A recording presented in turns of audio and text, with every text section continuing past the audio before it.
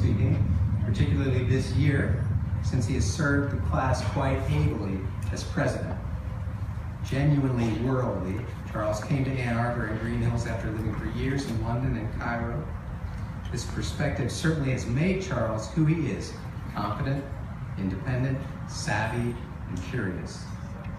The grandson of Nan and Bill Conlon, two of the founders of Green Hills, and the son of Daniel Rivkin and Jennifer Conlon, a Green Hill alum, Charles has our school in his blood.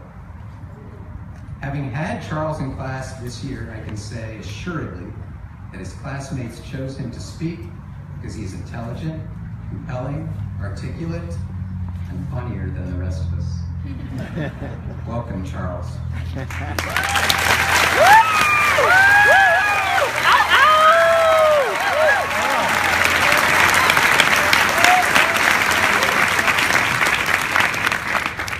I must confess I'm yet to master the art of keeping this tassel out of my face, so please bear with me.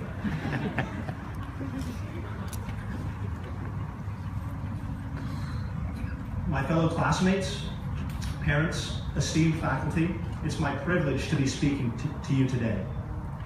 When I first moved to Ann Arbor, all of my family's possessions were packed into boxes. One such box was boldly labeled Charles's Life, and had sat unopened next to a door I passed every day.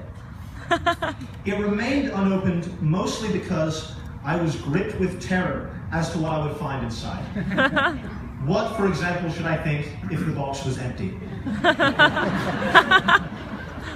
I eventually gained the courage to open the box. There, sitting atop years of report cards and notebooks, sat the Dr. Seuss classic, Oh, the Places You'll Go. I headed off to Barnes & Noble thinking what a creative graduation gift that would be. Only when I got there, it was in the front shelf and there was a huge banner saying, Great Graduation Gift. I tell this story for two reasons. The first is to declare in front of the entire community that I have dibs on giving Oh, the Places You'll Go at graduation parties. The second is that book, so full of childish optimism for the future, for what we can accomplish, had sat there all that time, and I had confidently strode past it, my eyes focused on the door, as I moved with purpose towards my quote-unquote future. Often telling myself not, oh, the places I'll go, but rather, oh, I hope I go somewhere. This future is an idea all Green Hill students understand well. It is what made us study hard, what kept us up into the early hours. It caused our blood pressure to rise and our self-esteem to drop. It has been wrapped up in every evaluation we've ever received, in that critical percent between the A and the B. The future has far too often interrupted our happy dreams with a beeping alarm reminding us that it was 4 a.m. and we needed to write an essay. This future has been based often on the accumulation of numbers, numbers which have no meaning to us beyond their very existence. We are teenagers in a modern age. We know all too well that we can be represented by numbers. We have Facebook friends, tally up Insta likes, or in Christina T's case, have an inconceivably high Snapchat score. We have GPAs, and we have dollar amounts of scholarship awarded. Similarly, there are ways our high school years can be summed up. 10,640. The number of bells we have heard since our first day freshman year. Those bells marked off 3,528 class periods. We each sat through at least 504 math and English classes. 6, the total amount of math homework I turned in.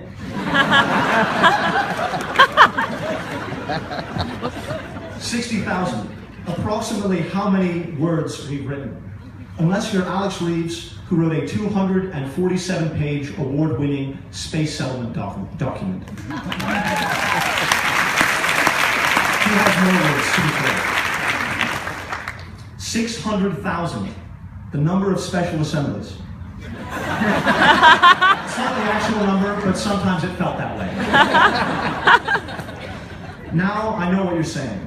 You're saying, Charles, getting all those numbers together must have been really difficult. And I would give you heartfelt thanks, because in truth, despite having some calculus under my belt, addition and multiplication continue to confound me, perhaps on account of the amount of math homework I turned in.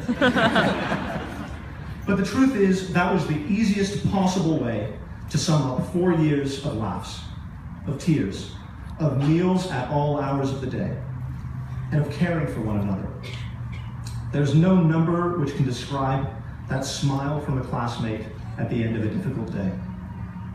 There's no number which can represent the moment when a conjugation or a proof suddenly just clicks. No algorithm or equation can tell us what these years have meant and how each of us has grown in between those 10,640 bells.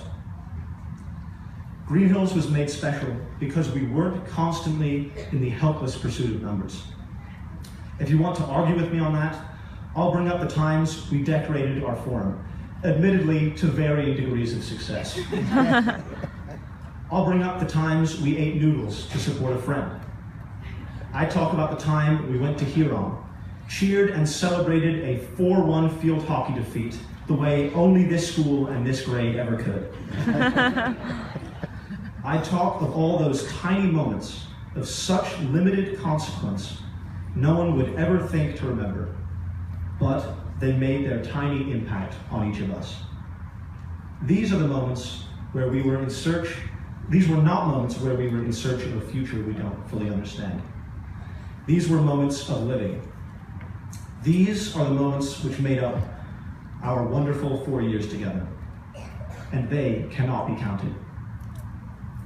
This is also the future into which I know we are all headed. There will be new moments of excitement, of intellectual curiosity and breakthrough, new loves, new heartbreak. They may be on far-reaching corners of the earth, in exotic new lands, in laboratories, or with beautiful tanned boys named Pedro. But I know this class, whether they like it or not, will keep on living with the spirit of the past 4 years in their lives forever. Now, I always found the name of commencement to be some cruel, twisted joke. Is this not the place it all ends? Isn't this the moment I look around at people I've become so very fond of and say a teary goodbye? How dare you, ceremony naming gods, mock my suffering so at this ending point by speaking of beginnings? I've come to realize this event really isn't about the end of us. This is just a moment of change. This is where we are no longer brought together by bells, by classes, by Dr. Smith's ever-precise and unforgiving timepiece.